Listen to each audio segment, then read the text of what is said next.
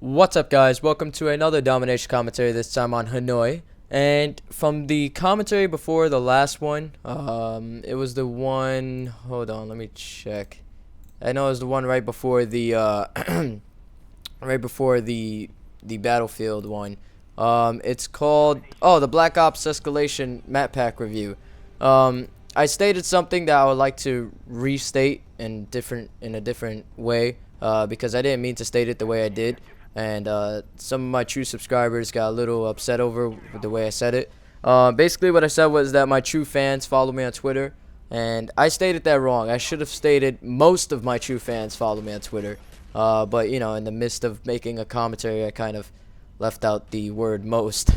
But what I meant to say was that most of my true fans follow me on Twitter, and if you guys would like to follow me on Twitter, the link is in the description box. I know not everybody loves Twitter, so I'm not saying you have to, but that's where I'm going to be giving out the PSN card giveaways via Twitter. So if you just want to follow me just to try to win one, then go ahead. But I'm not going to really do it on YouTube, because then that just puts in random viewers into the mix, and I don't want to do that. But anyways, the big story out today is that the PlayStation Network might not be coming back until May 31st. And I've heard the same shit. They said it a week ago that the PlayStation Network was supposed to be back the 3rd. And now it's a week later, and everybody's still wondering where the hell is it. But there's been a lot of new factors being played into this whole equation we got here. And a Tokyo spokesperson has stated that Sony is uncertain when the PlayStation Network services are coming back online, because they're still dealing with data breaches and whatnot. And they got the Congress on their back. The Congress was attacking them, stating that they didn't react to the situation as fast. And I know a lot of people are like wondering, why is everybody getting so uptight about this? You know, it's only the PlayStation Network. It's only online gaming. What, does Congress want to play Black Ops more or whatever? But it's more than that, because credit card information, data, and personal information is compromised right now. So it's much more than just, you know, the hackers just taking down the PlayStation Network. It's credit card information and personal data. If you put your personal data into the PlayStation Network, like, you know, when you signed up, they ask you for your address, your country, your zip code, and if you were going to put in credit card information, that, whatever, so on and so forth, all of that data is now compromised. It's been compromised for a while. That's old news. But all this new news about the PlayStation Network not coming back online until May 31st, I don't believe that it's not going to come back online until May 31st. I believe that it's going to take even longer.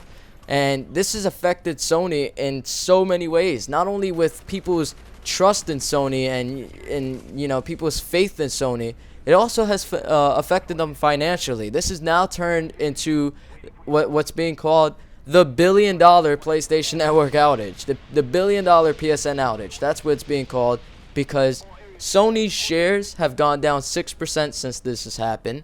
And you gotta think about it. The guy who's losing most in this is not the guy who owns the PS3. It's the guy who doesn't. It's the guy who owns the shares in Sony, because he is now losing money because of this. So that's the guy I feel bad for. Another person that I feel bad for is the people who bought a PS3 like the day before the PlayStation Network went down.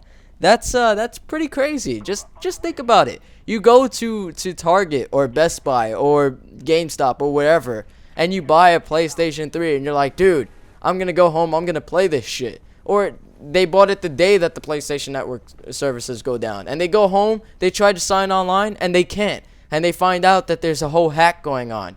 And now it's going into a month, almost. It's definitely going to go into a month, maybe even more.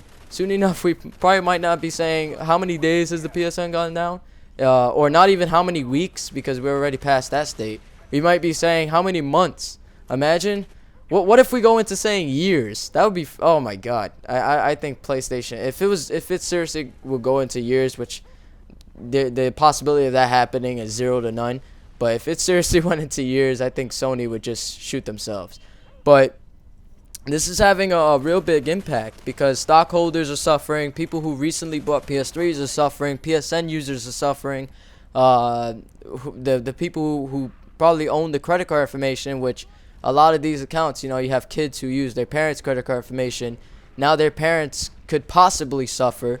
They're probably even suffering hearing the fact that hackers now probably have their information, but the information was said to be encrypted, as Sony does have, is said to have the same type of security that banks have.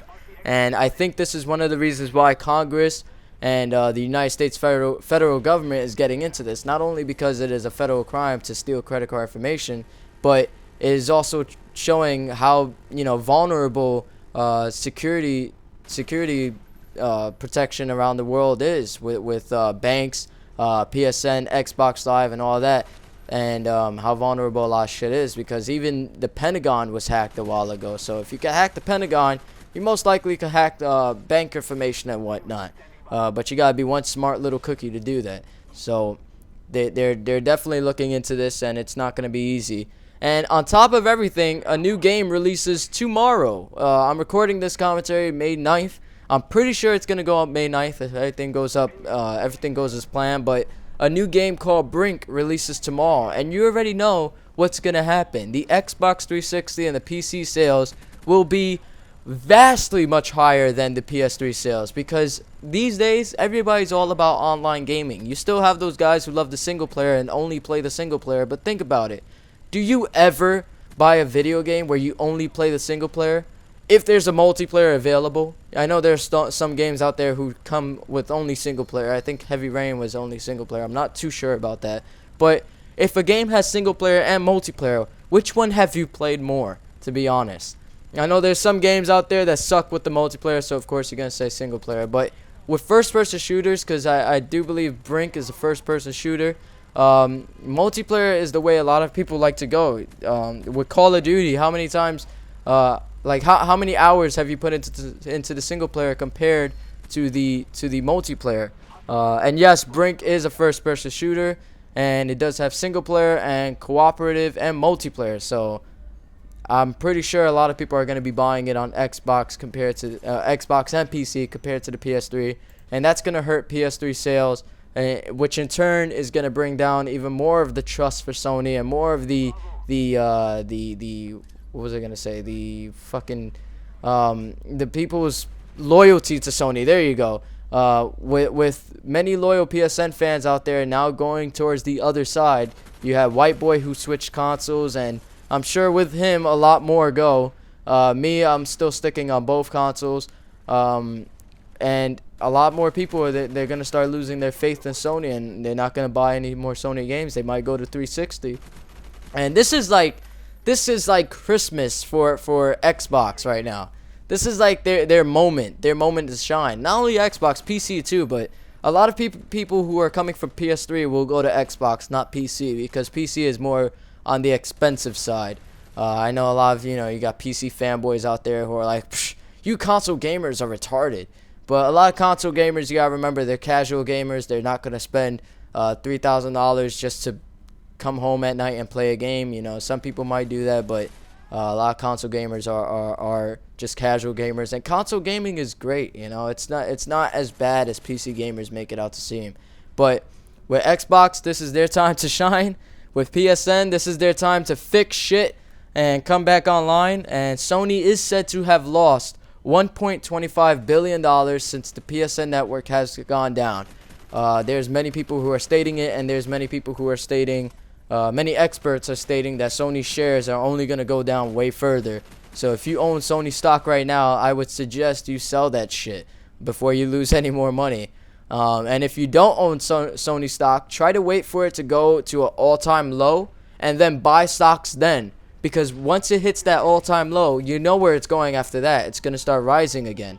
Sooner or later, people are going to start trusting Sony again. So right now is the time to buy stocks and just keep it in a safe place for now. Because sooner or later, the stocks are going to be going back up and you're going to be making a shitload of money. So if you're into the stock market, I would suggest you do that. I hope you guys enjoyed this nice little informative commentary. Till next time, hopefully PSN will come back online before I shoot my fucking brains out, because I love Battlefield. I can't play it. Till next time, peace.